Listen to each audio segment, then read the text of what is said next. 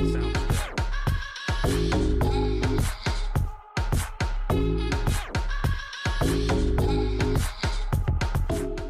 right, you're joining us today at Hampton Springs Fishery here on Rockpool. Now, I'm going to talk about how fishing on the long pole in such like this lake's probably, me and Jack have been talking then, I think this could be over 25 years old, this lake, I'm actually not sure. So the bottom's going to be quite soft, and the best way to try and catch these fish is a mixed style fish, is from little carp to little F1s to bigger fish to skimmers, there's an odd roach in here as well, is with hard pellets. So what I'm going to run you through is I'm fishing a nice light setup to catch everything that swims, and we're going to go through feeding, how we go about trying to catch fish, a few little tricks of hook baits and when to feed and what to feed. So let's get stuck into it now. So the rig wise is I've got a nice long kit with 9 straws slip in. Now that's really light elastic, but like I said before, I'm going to catch some small F1s, some small carp, but it allows me to get any bigger fish I want in as well.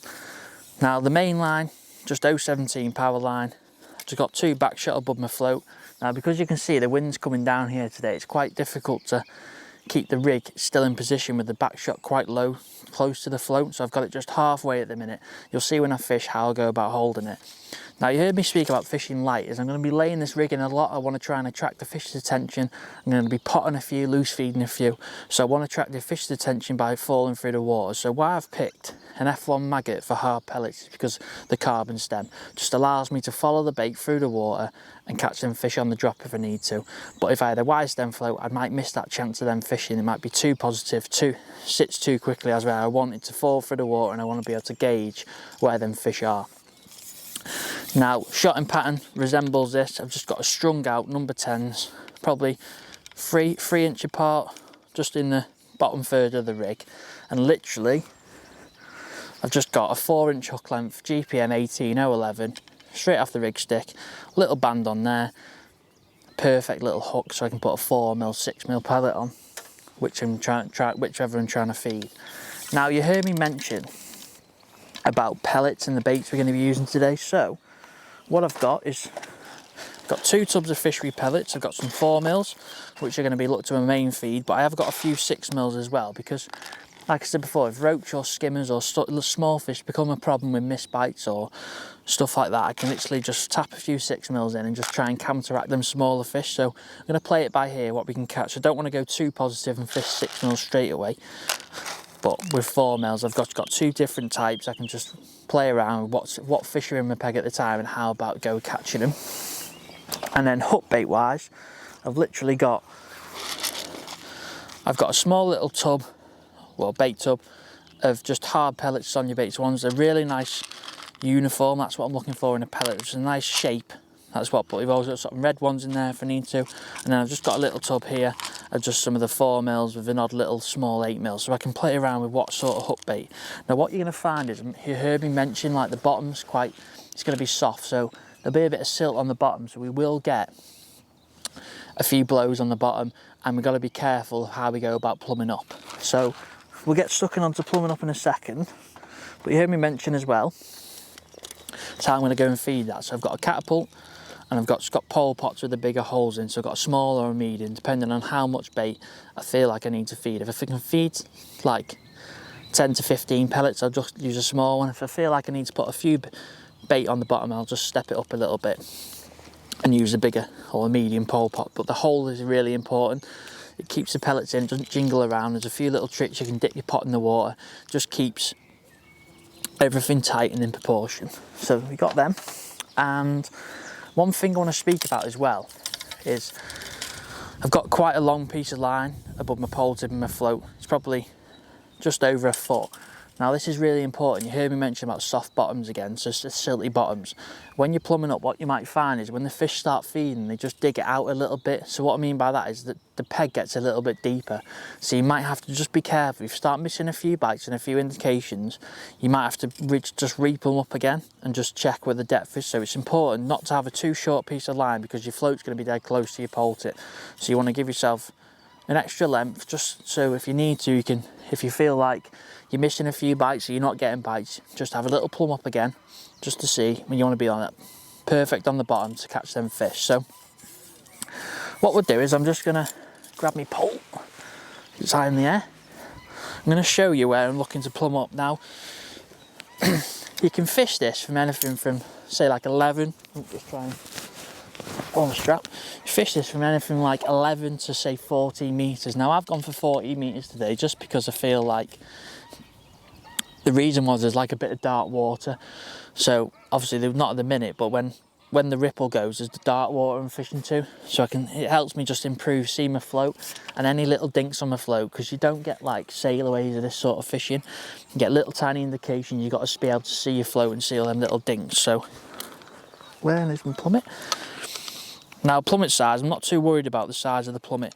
Obviously you don't want a big heavy 50 gram plummet, but that's a nice little 20 gram. And because of the sill, I don't want to focus on too much. A lot of questions I get asked is how to plumb up on silty venues.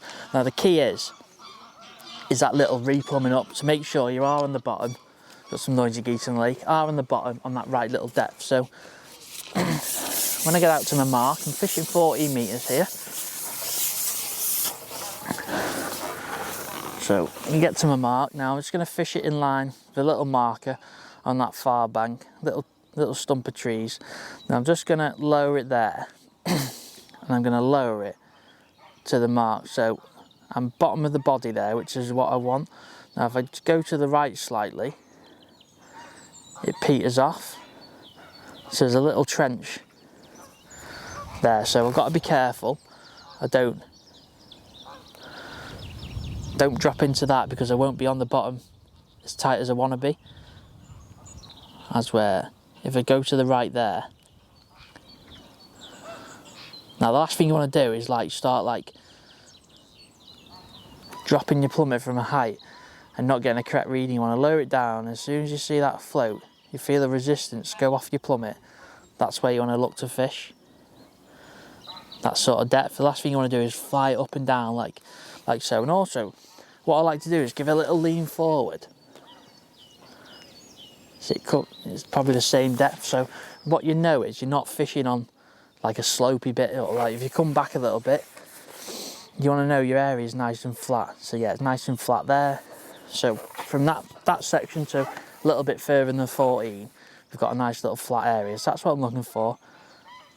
Bottom of the body. I'm nice and confident that rig's going to sit nice in position. Now if that wind did get a little bit worse and I felt my rig was dragging through, I wouldn't hesitate to literally put a little bit more line on the bottom. Just because if your rig's moving through, you want to keep that pellet nice and still. So also as well, you can keep a little trimmer shot under your float, so you can move it if you need to in position, so it locks it in place. So it's a little rough guide, but also you can mark your top kit. They're quite noisy, them geese. You can mark your top kit, but also if you've got depth markers on here, so you can make a mental note. I'll let the geese go past. You can make a mental note, say if it was 3 foot, 4 foot. This is just over 5 foot deep, so it's probably like 5.5 foot deep. So it's a nice little depth. Now you may ask why have I picked a 4x12. Now, because of the depth wise, I wouldn't really use a 4x10 in 5.5 foot. So I feel like a 4x12 is like on the limit of really 6 foot. Just a nice slow fall, keeps everything in position. As you can see now, there's no wind now, so it's a bit gusty sort of thing, bit gusty sort of wind. So you've got to keep it. But as you can see there's like a nice brown patch. So that's the setup. Nice light rig. We've got a few different things we can do with the feeding. We've got some different pellets, different sizes. We can pop some, catch some. So what I'm going to do is just literally go through the motions of starting how I'm going to go about it. So tap a few pellets in to start with the pot, feel my way in, see what I get, see how we catch some fish with just nice light rigs catching on our pellets. So let's get stuck into that. Right, so let's get some fishing done now. So I'm literally going to start, just going to get a nice 6mm. I think it's really important just to pick a nice sized pellet. Last thing you want to do is pick a pellet which is a bit too not big enough. If you've got to think down there, there'd be fish scrubbing round, they're going to pick out single hook baits. So literally going to fill it up with 10 to 15 4mm, probably more, 15 or so. Now we're going to dunk that pot under the water literally and let the water drain out.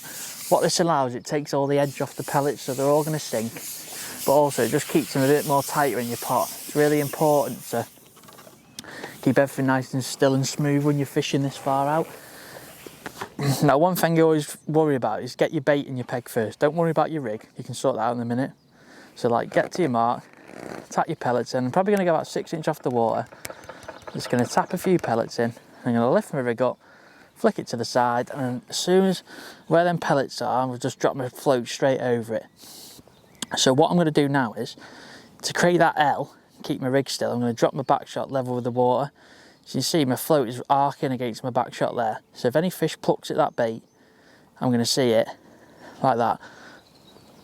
A little roach. If any fish plucks at that bait, you're going to see it on the way down. Just keep everything nice and tight. So this is what I mean is before, if we need to, I feel like I'm going to net him. Nice roach that one actually. Because these commercials have a lot of silver fish in. Before them carp and stuff come in, you are going to catch the odd silverfish. So that's what I mean about bigger size pellets. If you've got some 4 mils, it can be a bit attractive to the roach. So same again. I'm going to do the same thing again. Just tap some bait in. You see, I'm feeding quite regular still. You think, what I like to think is how much bait's on the bottom. If you don't know, then you need to set your little trap again, because you're not sure how much bait's on the bottom. You don't know what's eating it, what's gone down there. So same little process applies. Flick it past. See, it's nice and smooth motion.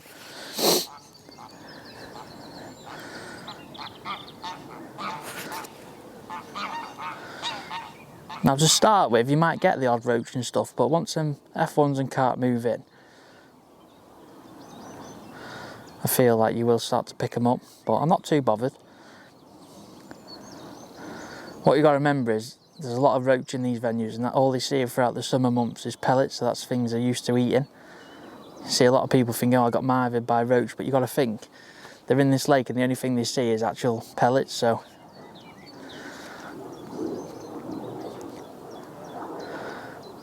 now I haven't got my float dotted to an absolute pinpoint, because when that ripple comes I can't actually see my float correctly.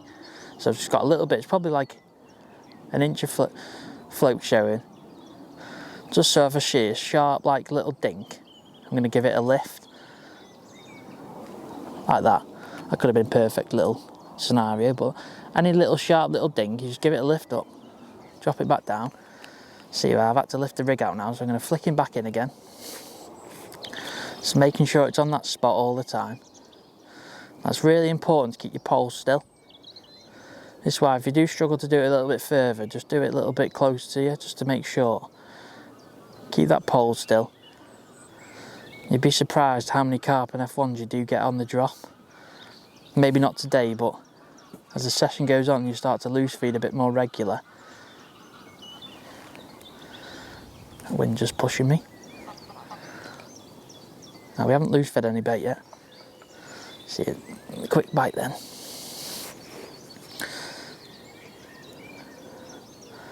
So one thing that's a good thing is getting a few signs, indications. There's a few fish in the peg. Just about to, you started the session doing it.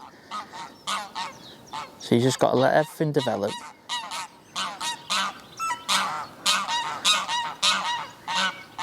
Just be nice and patient.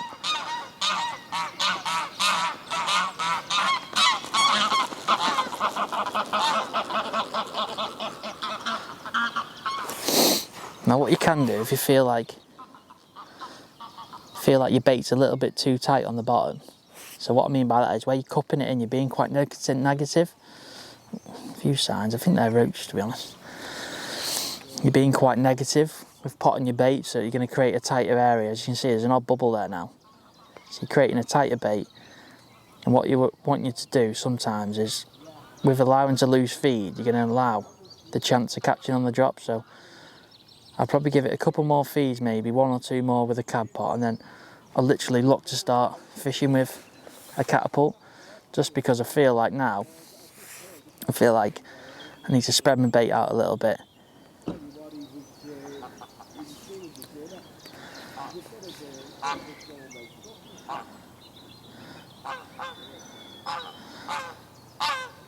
So it's about laying that rig in. You want to be nice and attractive.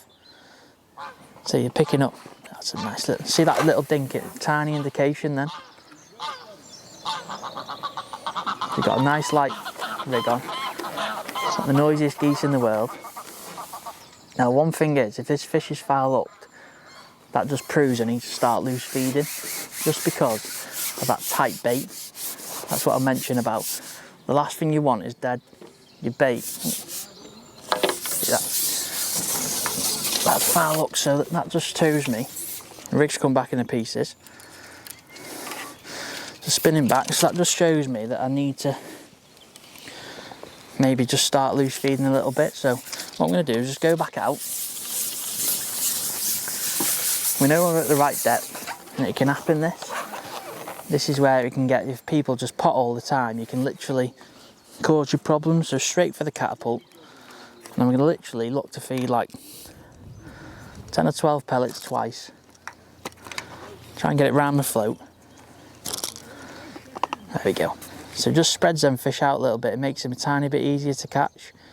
You imagine them, they're not coming all to that tiny little area like the size of a 50p piece. They come into a nice spread out area. So what you find is fish will go around picking up, see, straight away.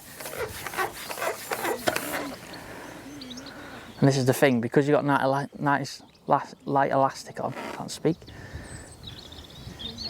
Because you've got a small diddy hook on, that's really important. The last thing you want is, say, like a size 18 or 20 hook on, fishing with like a 15 or 17 jaw or slit. You're just going to make things life harder for yourself. You're going to pull a little bit too hard, and what you'll find is you'll pull the hook out. It's okay fishing like that with bigger hooks, but with small, nice, light gear like this, you've got to pull a kit.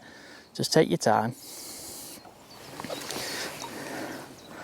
Don't know what this will be, a little carp I reckon. We've had a little cheeky go before. Caught on a few little nice mirrors and stuff, so. You see that there, the noise of the pellets going in, a little bit of a trigger quickly. Yeah, there we go. So look at that, lovely little carp. So you say like pinging a few pellets. Every time I try and pick a fish up for camera at the minute, it doesn't want to do it, but see that little carp, tiny little common, pellet bang on right in the top lip. So that carp's come in, heard the noise of the pellets and been dead attracted to it.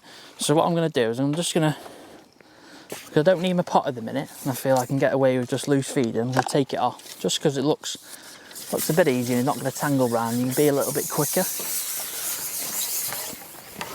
So same process applies, you don't need to feed your bait yet, just flick your rig in. Nice little, keep that rig in position, nice and still.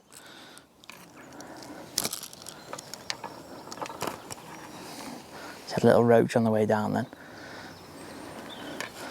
So what you'll find is as the session goes on, obviously as more fish start feeding, you will start to pick out them bigger fish, but say just catty a few pellets in. Be nice and patient. That's the crazy thing about fishing like this. You feel like you need to change the way you're feeding. Like we did foul hook at first fish, but probably because the bait was a little bit too tight.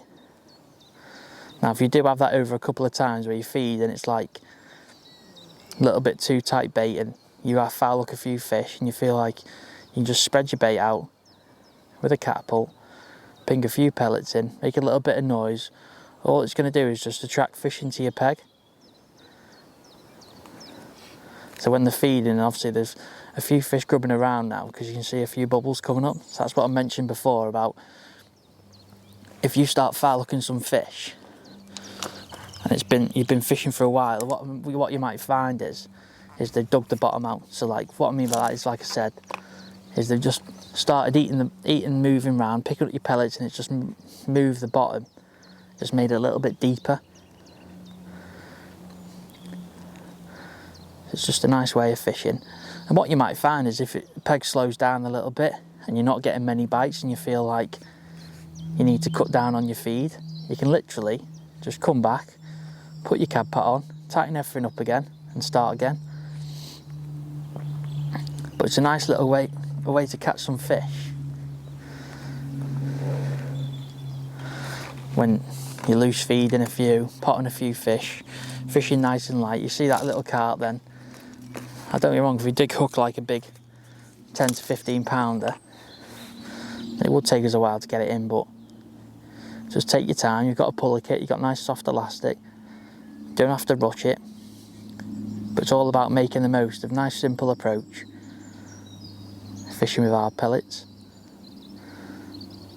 Now if them roach do become a problem and you think you're catching too many of them, you are going to have to step up the size of your pellets, just because it's attracting too many fish. I feel like if I put a 4mm banded pellet on there, I'd get a hell of a lot more signs, indications off roach picking it up, plucking at it, because they can get it in the mouth. But I feel like they struggle with a 6mm a little bit. So if you feel like it's becoming a problem, you've got a venue up and down the country. I get asked a lot that, oh, I've got a few silvers in my venue, or my venue's quite silty.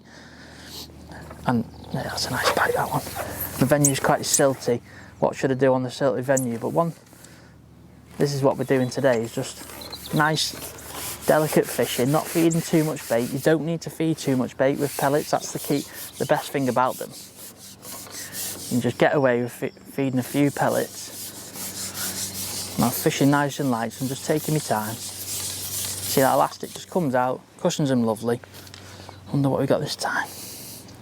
I'm not going to guess because I'm rubbish at guessing, but it's one of the questions I get asked loads, is what should I do on a silty venue, and what should I do if I fish like this and little fish and carp and roach mither me and I want to try and target the bigger fish. It's just keep it simple. These will push. There's a nice little comment, that is like nice and orange. No, the mirror, sorry. Like an orangey one, but 10 out of 10, top lip.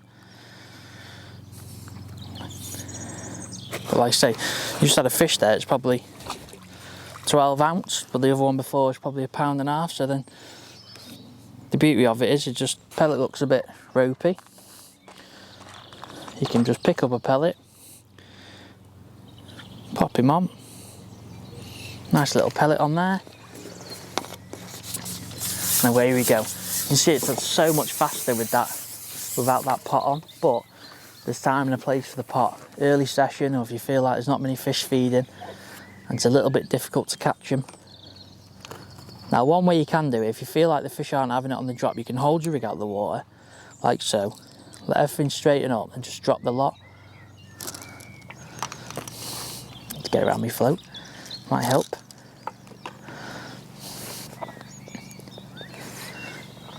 Yeah, now, so see the difference there? So when we first started fishing, we had a few missed bites, a few roach problems. Now we've started to loose feed a little bit more regular. Don't get me wrong, we are like pleasure fishing on the lake, but fish is running. That's the beauty of it. Nice light elastic, just flies at your peg. Just take your time. Might be a little bit bigger carp, this one.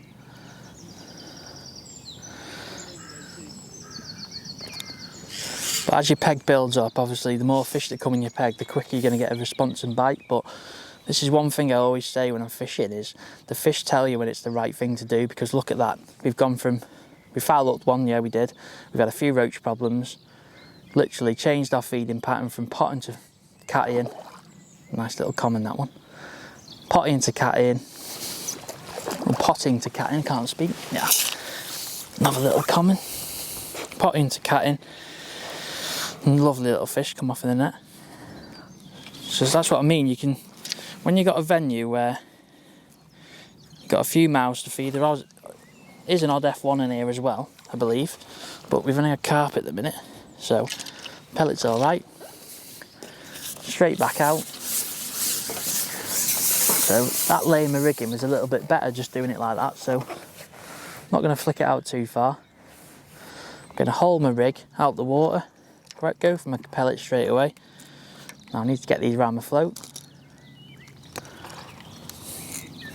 Just a nice little gentle catty around my float, drop my rig in. Any fish grubbing round.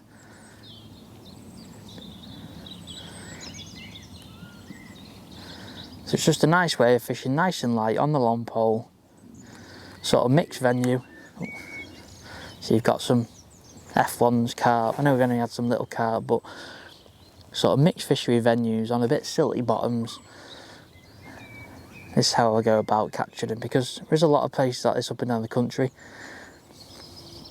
And it's like I said before, one of the most asked questions I get is plumbing up on silt, fishing on silt, and what to do when there's a few silverfish problems. So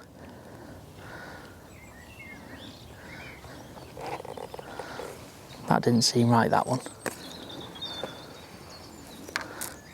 See, that was a probably wrong indication to strike at.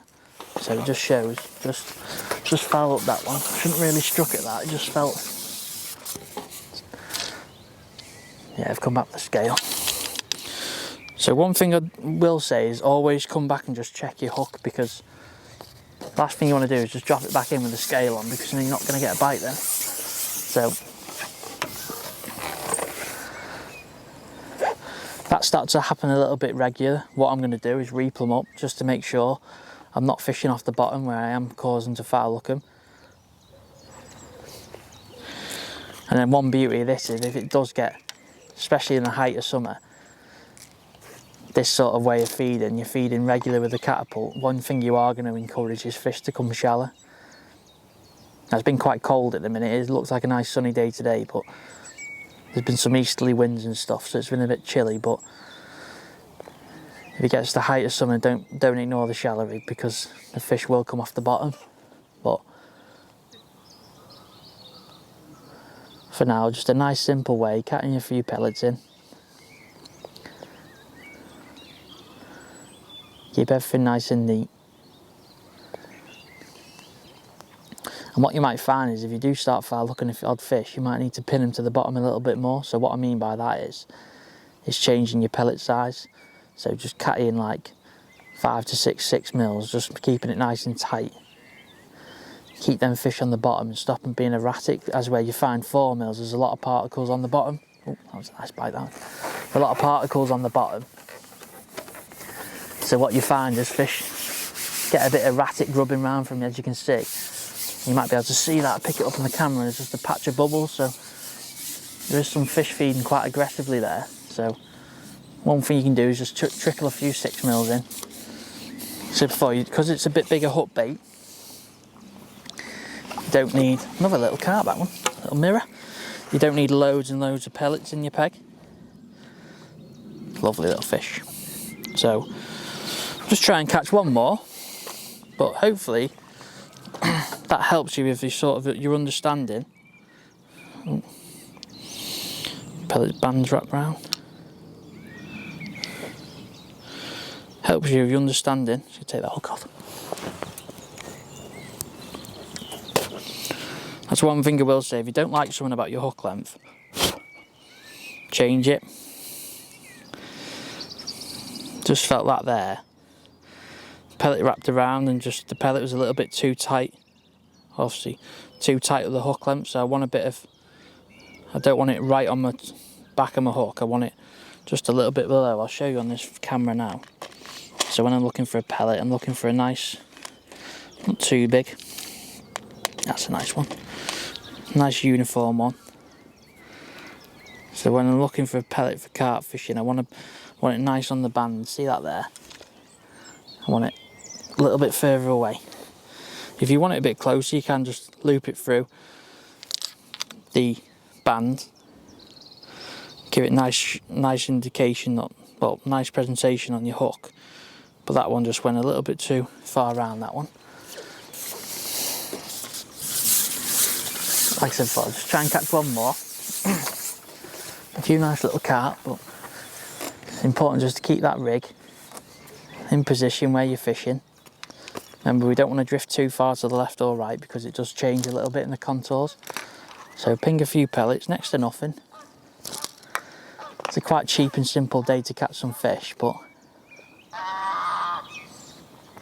it's quite important keeping that rig still with that back shot. You see the wind's skitting across to the right now. Don't be worried by the bubbles and in your peg. Just be wary about the fish digging out the bottom. So you reap them up if you feel like you need to. But I like it. I feel like with some signs and bubbles in your peg, it gives you the confidence, you know, there's some fish grubbing round. As where, if it was just, obviously on a harder bottom you won't really get that, but on these venues that are really old, there's a lot of old commercials up and down the country now. You're going to get, you can't really do anything about it. So this is how you go around it, catching a few fish on our pellets. Ooh, the wind's...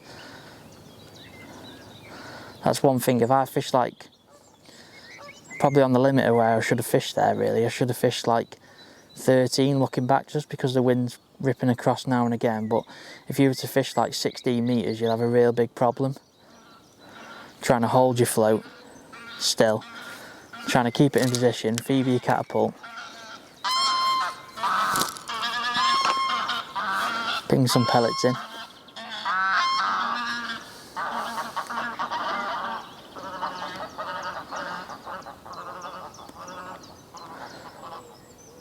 So you don't really get many signs when there's the right fish there.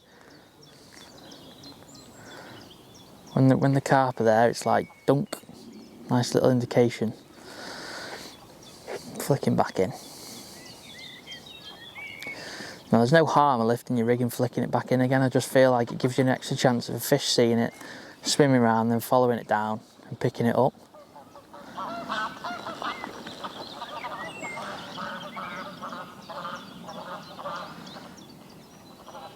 Same with sort of lift and dropping. Some days, lifting and dropping when the water's a little bit clearer can be really good. Oh, that's a nice little sharp indication.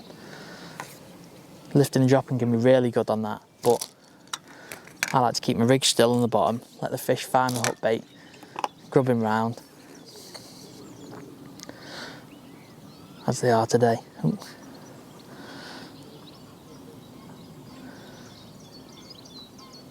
Like I said, we'll just try and catch one more. What you might find is now, because there's only a few people on the lake, you might be getting a few signs and liners because the fish want to come off the bottom, but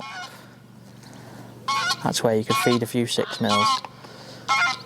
Just cut that particles down. Well, I will do that now actually. Cut them particles down.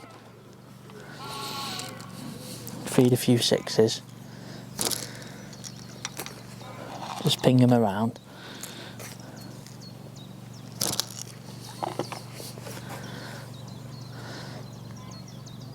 That's one thing you will find, if you start to feed a lot regularly, you're making a lot of noise, and if you get a lot of fish in your peg, you will get a lot more signs and indications.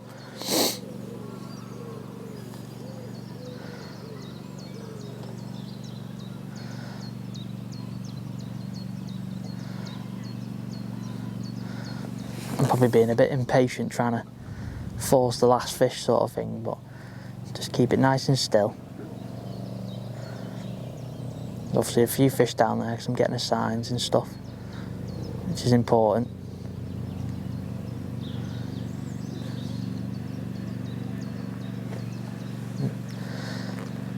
Flicking back in. But I mean, every time I miss a bite, I'm not just going to loose feed. I'm just going to cut the loose feed down now. Like I said before, just try and trickle a few 6mm in.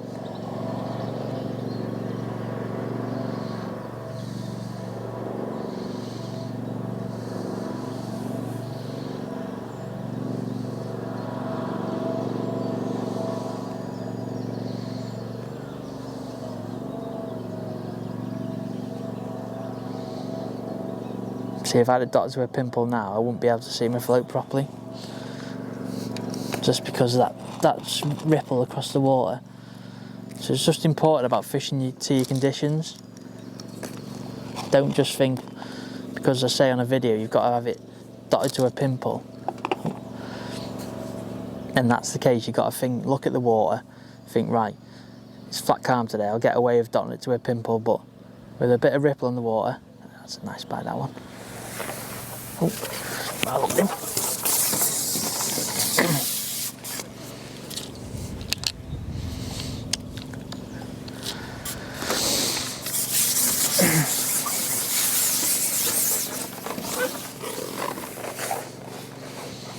Let's just try and catch one more. Bring a few pellets in.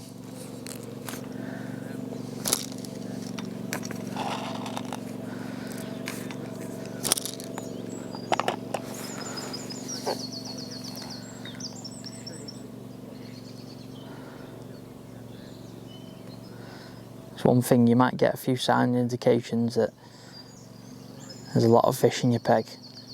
Once you start loose feeding, like I said before, you are going to attract fish into your peg a little bit quicker. You're going to attract more fish into your peg, and what that evolves, the fish want to come off the bottom, so just be wary of that. Sometimes if you have drawn a good peg or you're on a pleasure day, that if they do come off the bottom, don't be scared to get that shallow rig out. You can have some mega days, but there's a lot of fish to be caught on these lakes on the bottom on pellets long. It's a nice simple approach, doesn't cost too much, and also it's just a nice way of fishing long pole, lifting into some fish on the bottom.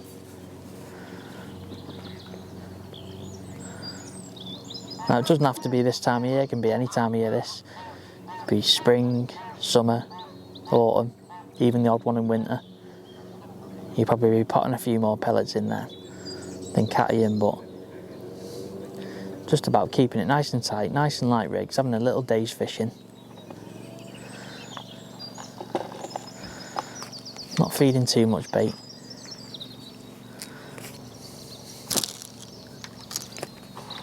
Just literally trickling a bit of bait in.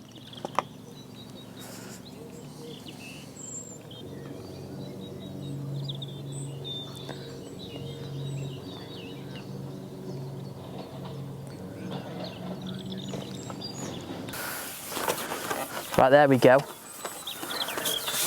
We've got that last chuck, so feels a bit bigger fish, this one actually. So nice light feeding, flicking a few pellets in.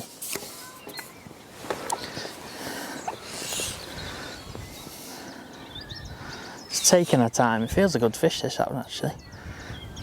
Might be the biggest fish to end on, which proves how just take your time with this nice light elastic, small hooks. Just proves you can get a few better fish as well. It definitely feels a bigger fish, but take your time. Nice, don't pull its head off, just literally glide him up. I don't know what it's going to be, it feels like a nice carp. Could be a big F1. But, say, a few little tricks there. Oh yeah, that's a nice fish, that one. A few little tricks there. Keep the bait going in. There you go. Got him. Yeah, it's a lovely little carp to end on that one. Keep the bait going in. As you can see, you can catch fish like this on our pellets. Keep it nice and simple. And you can catch fish like this one. So I'm going to take the hook out of him. Slip him back. So I hope you've enjoyed this video. A few little tricks and tips for you there to put into your fishing and get out and catching fish in silty venues, older venues. Simple day, nice and cheap, hard pellets. So thanks for watching, guys. Don't forget to like and subscribe to the video, and I'll see you on the next one.